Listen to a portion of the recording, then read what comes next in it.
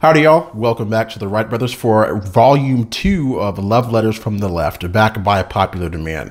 Now, please stay tuned at the end of this episode for an extremely special announcement for something we have lined up for you next week.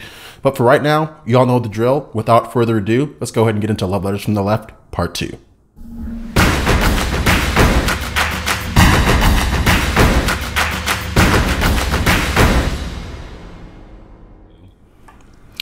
All right, tribe. So let's get into our first missive, our first love letter from the left. This one comes to us from Mr. C. Alexander Brown. And this is actually from a Facebook post of a friend of mine. And just to give you a little background, it was from an article covering the story of the police officer in Dallas who shot and killed a gentleman in the wrong apartment. Details are still coming out about that, but of course, Mr. Brown did not wait for further details before levying his judgment, and his judgment was that it was white privilege in action. And the reason he said it was white privilege in action was because that he said, of course, the police officer had not been charged. So my first foray into this discussion was that the police officer had been charged and that white privilege need not be a factor. And his first response to me was, "Man, you, I can say whatever the I want. Many times they are charged. Let's see if it sticks." And of course, I said that was a sparkling and well-reasoned retort. And it looked like it was about to fizzle out from there. He said, "I'm not going to refrain from what I want to say." He checked out my profile, stalking, basically. It was like blah, blah, blah. So I was like, okay, well, then I guess we're done. Be gone then. And he came back and he was just like,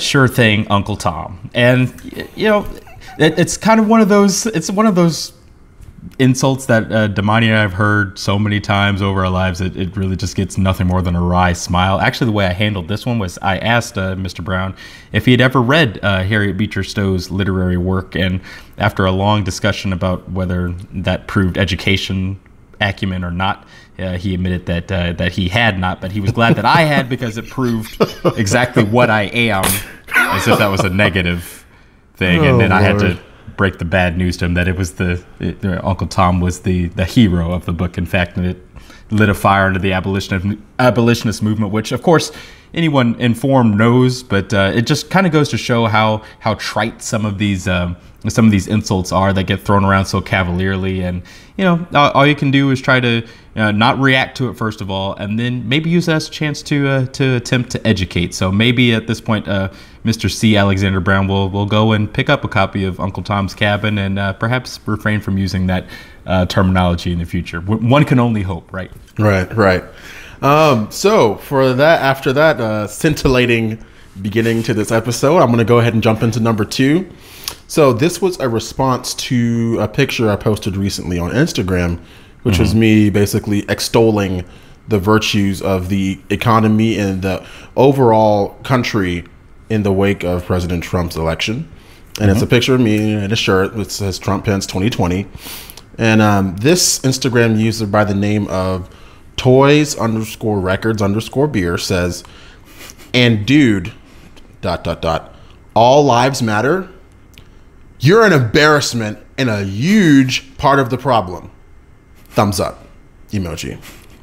So I know, like we said, you're going to get this a lot. What I most take umbrage with this comment is the fact that called into a question the validity of all lives matter, which seems to indicate that one may not be aware that Black lives are indeed included in all lives, believe it or not.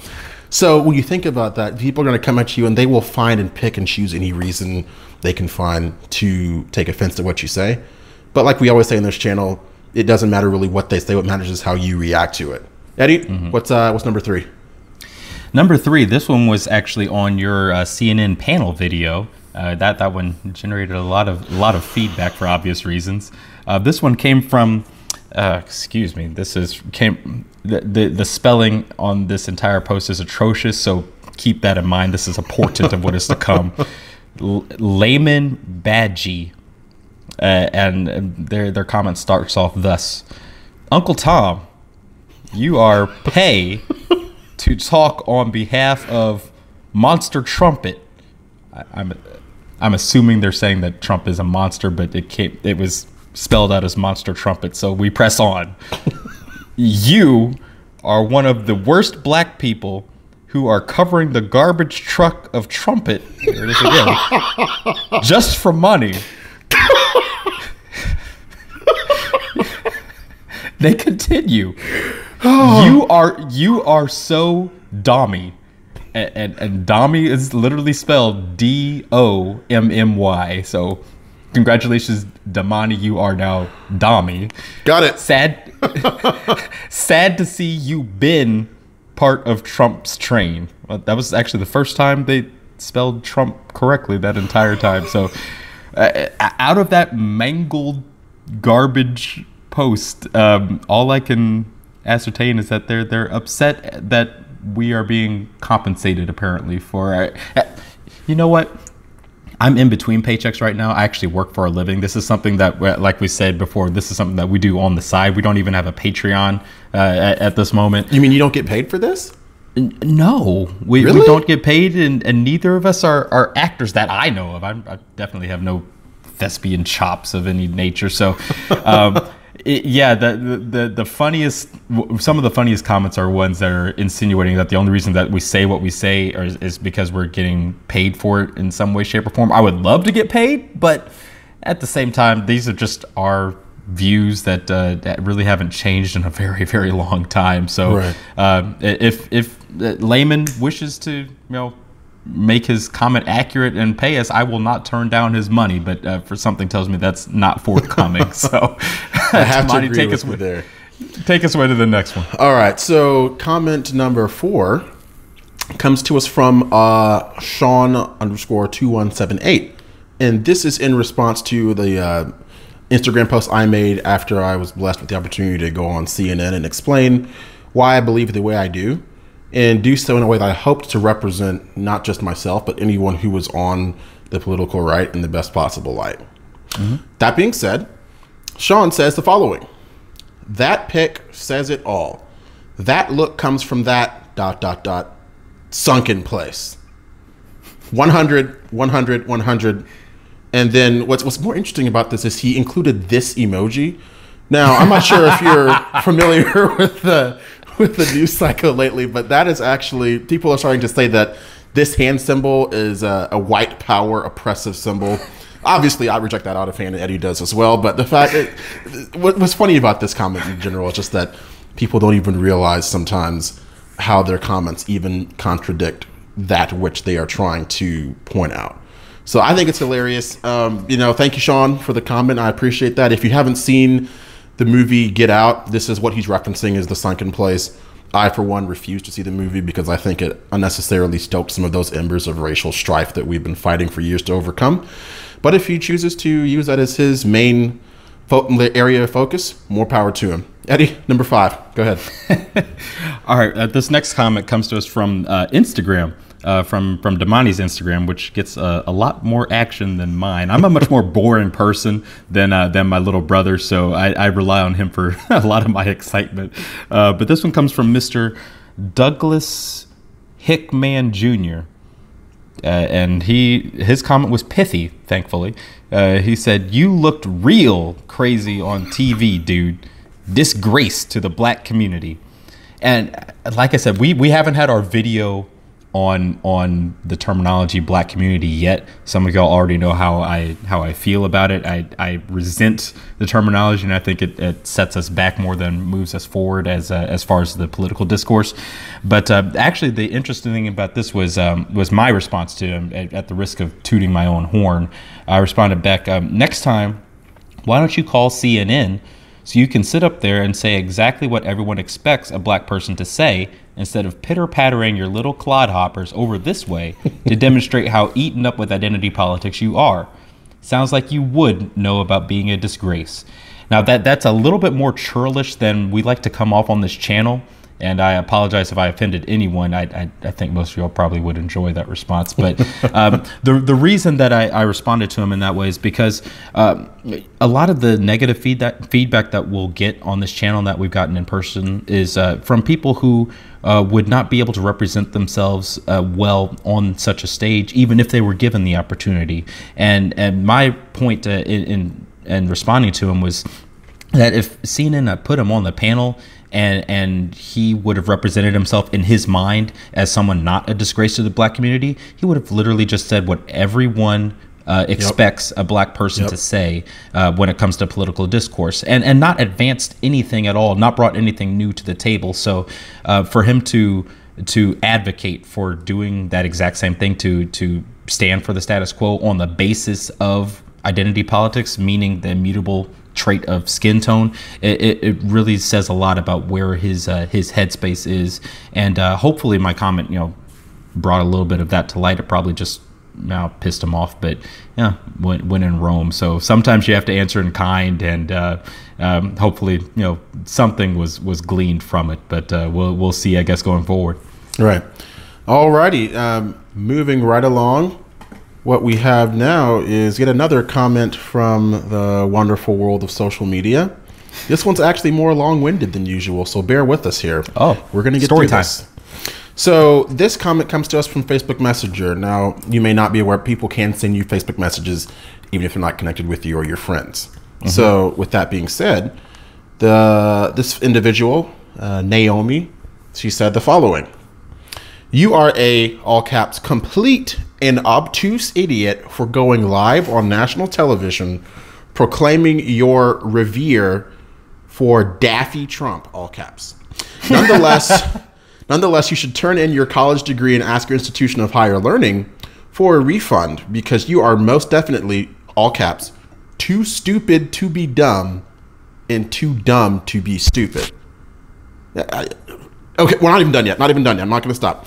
I wish you the best of luck for voting for a president that does not have you or any person of color in mind when he campaigned for Make America Great Again. Guess what? You aren't making America great again by supporting a so-called president that does not support your cultural values. SMH. There's a lot there's a lot that was said in that comment, right? And the last thing that I wanted to do was basically engage in that verbal pugilism once again and just answer tit for tat, because that's not what we believe in this channel in the first place. But as you saw before, sometimes a succinct response or a direct response is appropriate. In this case, all I responded was, "Congratulations, you just won the Message of the Day award. Have a great night." That is exactly what you need to do when people come at you with this vitriol, because it's going to happen. And you can choose to take personal offense and beat yourself up about what someone else thinks about you, but that defeats the purpose of engaging in civil discourse. We engage in civil discourse. We like to have fun, obviously, but the last thing we want to do is engage in the same type of rhetoric that we hear from the other side, because at the end of the day, it is completely counterproductive. Okay, our next leftist love letter comes to us direct from Mr. Malik Shai. I'm not sure if that's his real name, but that's what he wrote, so we're going to roll with it. His avatar is actually kind of interesting. It was literally just text, and it says, "Never give someone the opportunity to waste your time twice." So in the spirit of cooperation, we'll just allow him to waste our time once and call it a day. His comment was with regard to the CNN panel that Damani did. He said, "You are delusional sitting on CNN thinking that Trump is not caught up in some wrongdoing." Although he, of course, offered no proof of such. "You are not a realistic African American and totally an embarrassment. I don't mind you being a Republican, but you are seriously in denial." Well, he can say he doesn't mind Damani being a Republican, but I would beg to differ that his comment kind of, reveals the opposite to be true. Right. But what actually jumped out was not that, was him calling Damani not a realistic African American, and that's kind of a hallmark of identity politics. If you don't have any substance to base your worldview upon besides just the groups that you fall into, then when someone it comes on to your scope that challenges that perspective, the only thing that you can do is attack their identity, because their existence invalidates everything that you have built your worldview upon. So whenever Damani and I see this, where you're like, you're not a real African American, you're an Uncle Tom, you're a coon or whatever, if you don't offer something more substantive behind it than that, then it gives us no recourse than to just respond either in kind or to ignore you completely, because there's no argument there. If you're coming at someone with a racial slur or attacking their very existence because you disagree with what they say, you really don't understand what political discourse is about. And it's not about attacking someone's identity based on their disagreements. It's about attacking the substance of their arguments. Right. And if you don't have such, then admit as much, and either do your research or don't say anything at all, because this is real foolishness revealed if that's all that you have to come back with. So, Damai, take us away with the last one. All right, I'm bringing it home. So, for part 2 of CNN's interview, speaking about Donald Trump and his performance in Helsinki, we had a commenter weigh in, and his name is 1234 TRIC, and his comment reads as follows. Another black Trump supporter that must have been dropped on his head as a